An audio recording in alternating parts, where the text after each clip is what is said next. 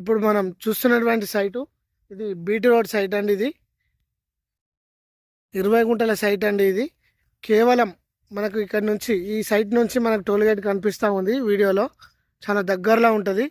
300 to 400 మీటర్స్లో Rajiv రహదారికి 300 to 400 మీటర్స్లో మనకు ఈ 20 గుంటల సైట్ రావడం జరిగిందండి. ఇది ఇందులో బోర్ కూడా ఉంది. మనకు ఫర్ గుంట వచ్చేసి 2,50,000 రూపాయలు చెప్తున్నాడు. కొద్దిగా నెగోషియబుల్గా తగ్గే అవకాశం ఉంటుంది, తగ్గుతుంది కూడా.